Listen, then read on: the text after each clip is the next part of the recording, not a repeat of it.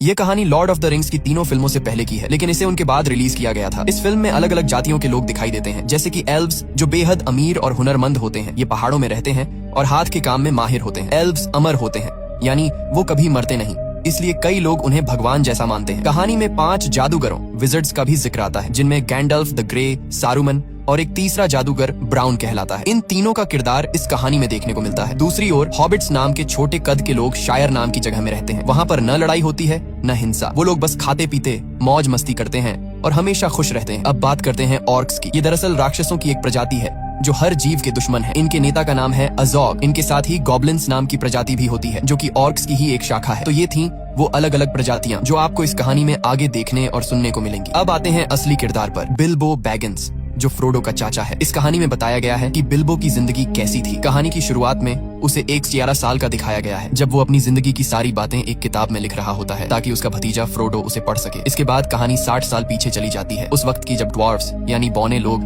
पहाड़ों के अंदर अपने खूबसूरत शहरों में रहा करते थे। उनकी दुनिया इतनी शानदार थी कि देखने वालों को स्वर्ग जैसी लगती थी। और उन बौनों के राजा का नाम था थॉरिन ओकेनशील्ड। थोरिन का राजवंश पूरी तरह सुरक्षित था, क्योंकि उसके बेटे और पोते दोनों जीवित थे। उस समय बौने लोग ड्वार्व्स दुनिया के सबसे अमीर प्रजाति माने जाते थे, क्योंकि उनके पहाड़ों के अंदर सोने की नदियां बहती थीं। उन्हें वहां हीरे, जवाहरात और कीमती पत्थर मिलते थे और वे इन्हें तराशने में बेहद कुशल कारीगर थे। एक दिन एक बौने को पहाड़ की गहराइयों में एक विशाल हीरा मिला। इस हीरे को हार्ट ऑफ द माउंटेन कहा गया। राजा थ्रोर ने इसे अपनी शाही ताकत और हक का प्रतीक बना दिया और इसका नाम रखा द किंग्स ज्यूल। कई सालों तक इस राज्य में सब कुछ शांति और समृद्धि से चलता रहा, लेकिन एक दिन उत्तर दिशा से एक भयानक ड्रैगन आ पहुंचा, जिसका नाम था स्माउग। यह ड्रैगन अपने मुंह से आग उगलता था और बेहद क्रूर व लालची था। उसने अपने रास्ते में आने वाले सभी शहरों को जला डाला और फिर उस पहाड़ में घुस गया जहाँ बौने रहते थे। उसने सारा सोना और खजाना अपने कब्जे में ले लिया, अपनी लालच और शक्ति दिखाने के लिए। इस हमले में वह कीमती हीरा हार्ट ऑफ द माउंटेन यानी राजा का हीरा एरेबोर भी खो गया। जो बौने कभी सोने के साम्राज्य के मालिक थे, अब बेघर और बेसहारा बन गए। स्माउग नाम का वो ड्रैगन पूरे इलाके पर राज करने लगा और सारे बौनों को पहाड़ों से भागना पड़ा। इसी दौरान एल्व्स की सेना वहां पहुंची। राजा थ्रोर का पोता थ्रेन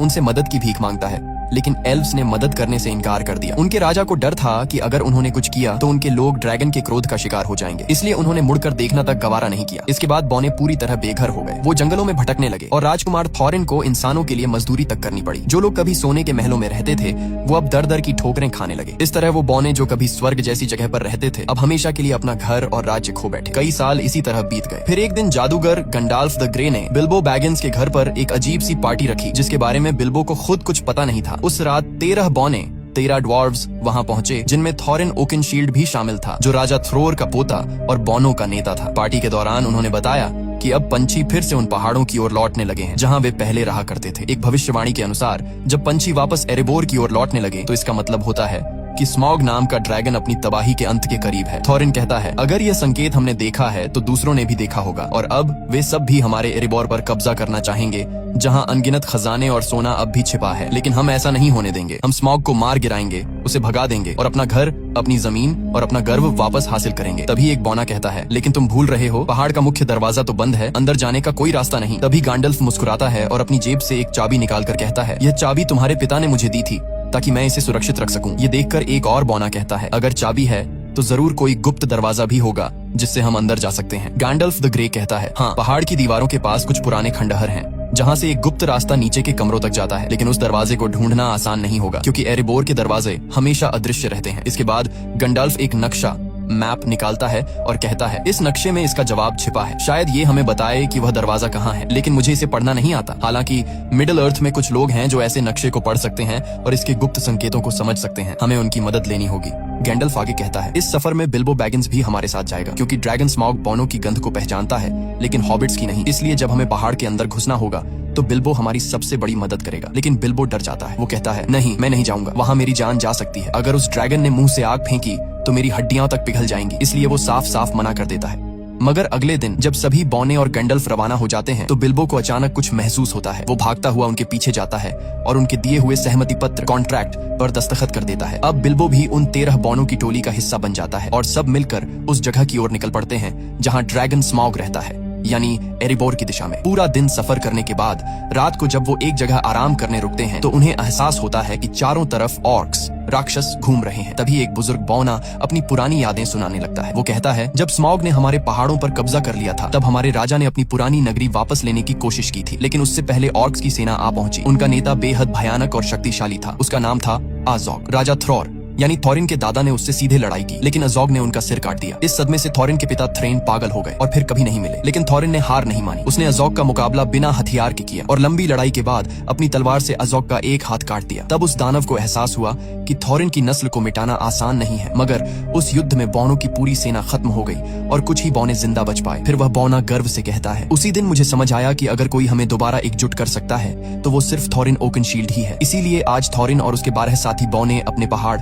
एरिबोर को वापस पाना चाहते हैं और गैंडल्फ जानता है कि ये उनका हक है, इसीलिए वो पूरी तरह उनके साथ है। अगली सुबह सब अपने सफर पर निकल पड़ते हैं। रास्ते में चलते हुए गंडाल्फ समझाता है, हम 5 जादूगर हैं, यानी 5 विजर्ड्स मेरी तरह। इनमें सबसे शक्तिशाली और बुद्धिमान है सारूमान द वाइट, उसके बाद 2 नीले ब्लू विजर्ड्स हैं और 5वां है रादागास्ट द ब्राउन, जो इंसानों से ज्यादा जानवरों से प्यार करता है, इसलिए वो हमेशा जंगलों में जानवरों के बीच ही रहता है। अब गैंडल्फ थोरिन से कहता है, हमें एल्व्स के पास जाना चाहिए क्योंकि सिर्फ एल्व्स ही उस नक्शे को पढ़ सकते हैं जो मैंने तुम्हें दिया है। लेकिन थोरिन ओकनशील्ड, जो बौनों का राजकुमार है, एल्व्स से नफरत करता है। वो गुस्से में कहता है, जब हमें उनकी जरूरत थी, जब स्मॉग ने हमारा घर छीन लिया था, तब एल्व्स ने हमारी मदद नहीं की थी। अब मैं कभी उनके पास नहीं जाऊंगा। यह सुनकर गैंडल्फ नाराज हो जाता है और वहाँ से चला जाता है। उस रात सब उसी जगह डेरा डालकर रुकते हैं। तभी अंधेरे में 3 विशालकाय राक्षस ट्रोल्स वहाँ आ जाते हैं और उनके घोड़े चुरा ले जाते हैं। बौने डर जाते हैं क्योंकि बिना घोड़ों के आगे का सफर नामुमकिन है, इसलिए वे बिल्बो को आगे भेजते हैं ताकि वो चुपके से जाकर घोड़े वापस लाए। लेकिन जैसे ही बिल्बो पास पहुंचता है, ट्रोल्स उसे पकड़ लेते हैं। अब हालत ये होती है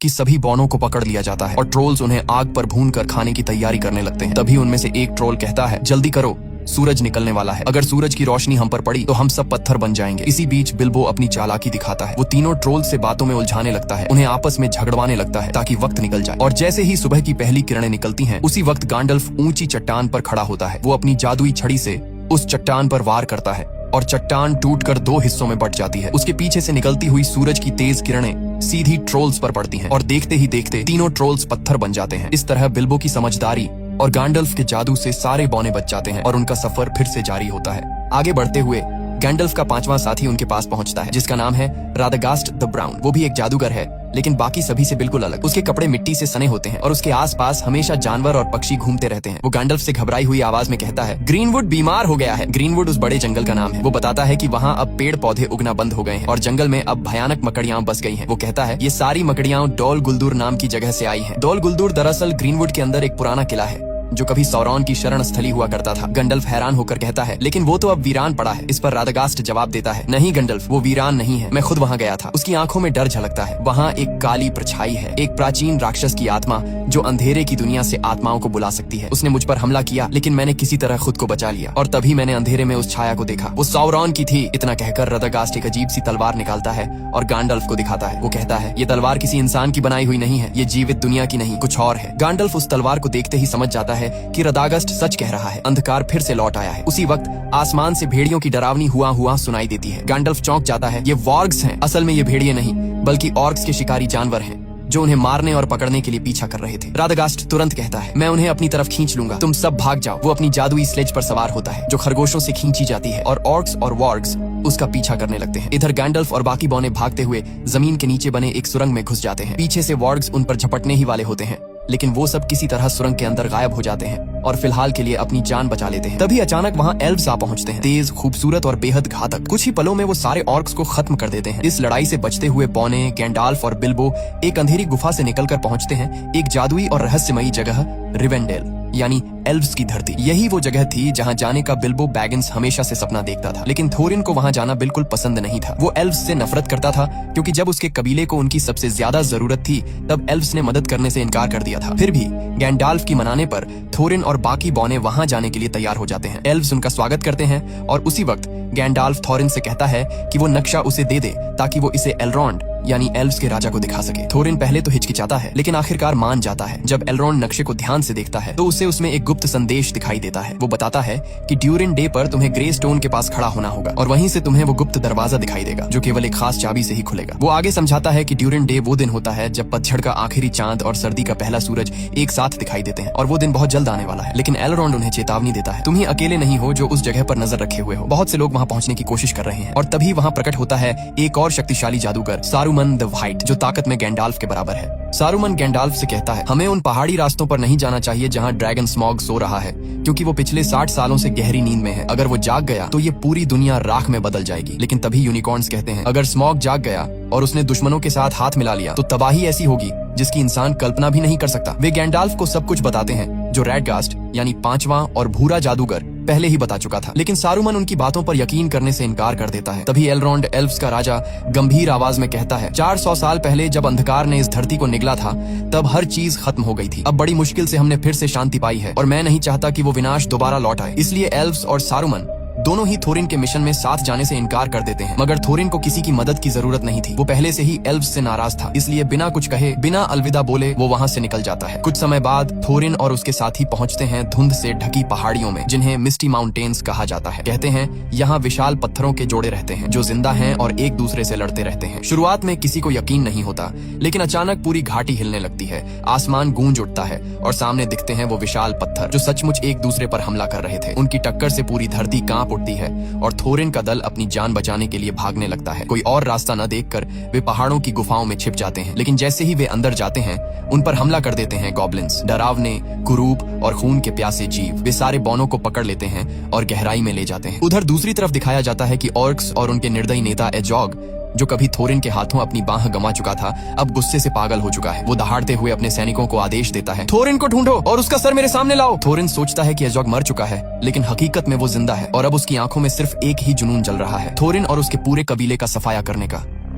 थोरिन और बाकी सारे बौने अब ऑर्क्स के हाथों में कैद थे। तभी गॉब्लिन्स का राजा हंसते हुए कहता है, कोई है जो तुम्हें ढूंढ रहा है, कोई जो तुम्हें मारना चाहता है, उसका नाम है एजॉग। वो अपने एक आदमी को भेजता है ताकि एजॉग से सौदा किया जा सके, थोरिन और उसके साथियों की मौत के बदले इनाम के लिए। अब ये 13 बौने पूरी तरह गॉब्लिन्स की कैद में थे, लेकिन उनके साथ बिल्बो बैगिंस नहीं था। दरअसल जब गॉब्लिन्स ने उन सब पर हमला किया था, उसी अफरा तफरी में बिल्बो नीचे अंधेरी खाई में गिर पड़ा। वो इतनी गहराई में जा गिरा जहाँ रोशनी का नामो निशान नहीं था, एक ऐसी जगह जिसे अंडरवर्ल्ड कहा जाता है। वहीं उसके साथ एक गॉब्लिन भी नीचे गिरता है। दोनों बेहोश पड़े होते हैं। तभी अंधेरे में एक डरावना, पतला, चमकती आंखों वाला जीव आता है, गोलम। गोलम यहाँ अंधेरे झीलों के बीच रहता है, मछलियां और गॉब्लिन्स खाकर जिंदा रहता है। उसके पास एक रहस्यमयी अंगूठी है, वो अंगूठी जिसमें अपार ताकत छिपी है। जब वो बेहोश गॉब्लिन को देखता है तो उसे घसीट कर ले जाने लगता है, लेकिन तभी गॉब्लिन होश में आ जाता है। गोलम गुस्से में एक पत्थर उठाता है और उस पर हमला कर देता है और उसी झगड़े के दौरान वो अंगूठी, उसकी सबसे कीमती चीज, उसके जेब से गिर जाती है। दूर कोने में छिपा बिल्बो ये सब देख रहा होता है। वो धीरे से आगे बढ़ता है और वो अंगूठी उठाकर अपनी जेब में रख लेता है। उसे पता नहीं था कि उसने अभी अभी पूरी दुनिया की किस्मत अपने हाथों में ले ली है। लेकिन अब बिल्बो के सामने नई मुसीबत थी। इस अंधेरी जगह से निकलने का रास्ता उसे मालूम नहीं था। तभी सामने से वही डरावना गोलम आता है। उसकी आंखों में खून उतर आया था। वो बिल्बो को देखकर गुर्राता है और कहता है, माय प्रेशियस, तू यहाँ क्या कर रहा है? वो बिल्बो को मार डालना चाहता है, लेकिन बिल्बो हिम्मत दिखाता है और कहता है, ठहरो, चलो एक खेल खेलते हैं। अगर मैं तुम्हारे सारे पहेलियों के सही जवाब दे दूं और तुम मेरी पहेली न सुलझा सको तो तुम मुझे बाहर का रास्ता दिखाओगे। गोलम मुस्कुराता है और शुरू होता है पहेलियों का खेल। मौत और आजादी के बीच एक खतरनाक दांव। दोनों एक दूसरे से अजीब सवाल पूछते हैं। हवा, आग, पहाड़, वक्त और अंधकार पर पहेलियां। एक एक करके बिल्बो सबके जवाब दे देता है और आखिर में जब बिल्बो की बारी आती है वो धीमे से कहता है, बताओ मेरी जेब में क्या है? गोलम हैरान रह जाता है। वो 3 बार कोशिश करता है लेकिन हर बार नाकाम होता है और अब शर्त के मुताबिक उसे बिल्बो को बाहर का रास्ता दिखाना था। पर तभी उसे एहसास होता है कि उसकी प्रेशस यानी वो अंगूठी गायब है। उसकी आंखों में पागलपन उतर आता है। वो गुर्राते हुए चिल्लाता है, वो इसे ले गया, वो चोर इसे ले गया। बिल्बो समझ जाता है कि मामला बहुत खतरनाक हो गया है। वो अंधेरे में भागता है, पत्थरों पर फिसलता हुआ और अचानक गिर पड़ता है। उसी पल उसकी जेब से अंगूठी निकलकर हवा में उछल जाती है। बिल्बो उसे पकड़ने की कोशिश करता है और वो सीधे उसके उंगली में जा फंसती है और अगले ही पल बिल्बो गायब हो जाता है। गोलम उसे नहीं देख पाता, बस उसकी आवाज सुनाई देती है। तभी बिल्बो समझता है ये कोई साधारण अंगूठी नहीं है, ये पहनने वाले को पूरी तरह अदृश्य बना देती है। उधर ऊपर दिखाया जाता है कि गैंडाल्फ ठीक उसी वक्त वहाँ पहुंच चुका होता है जहाँ सारे बौने गॉब्लिन्स के कैदी बने हुए थे। वो अपनी जादुई शक्ति से हमला करता है और शुरू हो जाती है एक भयंकर लड़ाई। गॉब्लिन्स का राजा, एक विशालकाय भयानक जीव, गर्जना करता है, लेकिन गैंडाल्फ अपनी तलवार से उसका सिर काट देता है। धुएं और आग के बीच सारे बौने आजाद होकर भागते हैं और आखिरकार पहाड़ों के रास्तों से बाहर निकल आते हैं। वहीं दूसरी तरफ बिल्बो धीरे धीरे अंधेरे से बाहर निकलता है, लेकिन गोलम उसके रास्ते में आ जाता है। उसकी आंखों में पागलपन और नफरत झलक रही होती है। बिल्बो चुपचाप तलवार निकालता है। वो गोलम को मार सकता था, पर उसी पल वो रुक जाता है। उसे उस जीव पर दया आ जाती है जो अपनी लालच और तन्हाई में खुद ही कैद हो गया था। बिल्बो उसे मारे बिना उसके ऊपर से छलांग लगाता है और भाग निकलता है। गोलम उसकी चीखती आवाज के साथ गुफा में गूंज उठता है, वो चोर, उसने मेरी प्रेशियस चुरा ली। और उसी पल से गोलम के दिल में जल उठती है बिल्बो के लिए नफरत की आग। बाहर निकलने पर बिल्बो की मुलाकात थोरिन और बाकी बॉनों से होती है। सब उसे देखकर हैरान रह जाते हैं, वो कैसे बच निकला। लेकिन उनकी राहत ज्यादा देर नहीं टिकती, क्योंकि तभी अचानक आसमान से आवाजें आने लगती हैं। एजोग और उसकी ऑर्क्स की फौज वहां पहुंच चुकी होती है। वो विशालकाय भेड़ियों वॉर्ग्स पर सवार होकर हमला करते हैं। बॉने अपनी जान बचाने के लिए भागते हैं और एक ऊंची चट्टान तक पहुंच जाते हैं। आगे रास्ता खत्म, पीछे मौत। गैंडाल्फ तुरंत सबको आदेश देता है, पेड़ों पर चढ़ो। सब तेजी से ऊपर चढ़ते हैं, लेकिन वॉर्ग्स नीचे से छलांग लगाकर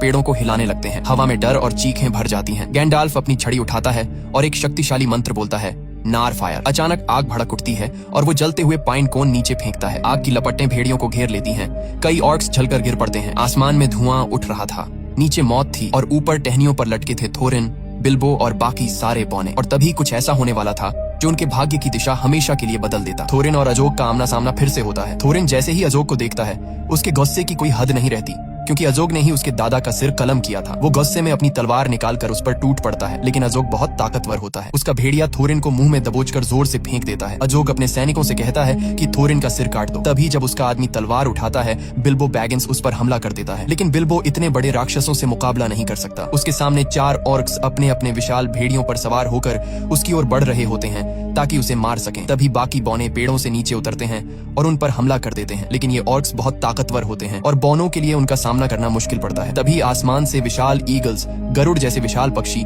उतरते हैं। ये ईगल्स ऑर्क्स पर टूट पड़ते हैं, उन्हें अपनी तेज पंजों में पकड़कर हवा में उठा ले जाते हैं और नीचे गिरा देते हैं। इस तरह बिल्बो बैगिंस, थोरिन और बाकी सभी की जान बच जाती है। इन ईगल्स को यहाँ भेजा था गैलाड्रियल ने, जो एक एल्फ होती है और गंडाल्फ पर पूरी तरह भरोसा करती है। उसे पूरा यकीन होता है कि गंडाल्फ जो कह रहा है वो सच है और बिल्कुल सही है, इसलिए उसने मदद भेजी थी। ईगल्स सबको उठाकर दूर सुरक्षित जगह ले जाते हैं, जबकि नीचे अजोग और उसके बाकी सैनिक गुस्से में उन्हें जाता हुआ देखते रह जाते हैं। ईगल्स सबको एक सुरक्षित जगह पर उतार देते हैं। वहाँ थोरिन बिल्बो बैगिंस के पास आता है और कहता है, मैं हमेशा तुम्हारे खिलाफ था। मैं नहीं चाहता था कि तुम हमारे साथ आओ, क्योंकि मुझे तुम पर भरोसा नहीं था। लेकिन अपनी जिंदगी में मैं कभी इतना गलत नहीं हुआ। इतना कहकर थोरिन बिल्बो बैगिंस को गले लगा लेता है। हालांकि बिल्बो बैगिंस के पास अब वह जादुई अंगूठी होती है, लेकिन वो इसके बारे में किसी को कुछ नहीं बताता। अब सबकी नजरें उस पहाड़ पर होती हैं, वही पहाड़ जो कभी बौनों का घर था, जहाँ वे शांति से रहते थे। लेकिन अब उसी पहाड़ के भीतर सो रहा है भयानक ड्रैगन स्मॉग, जिसने कभी इनसे उनका घर छीन लिया था। फिर कैमरा उस पहाड़ के अंदर दिखाता है, जहां स्मॉग, जो पिछले 60 सालों से गहरी नींद में था, अब अपनी आंखें खोल देता है। और यहीं पर कहानी खत्म होती है। ये फिल्म 2012 में रिलीज हुई थी, जिसे IMDb पर 7.8/10 की रेटिंग मिली है।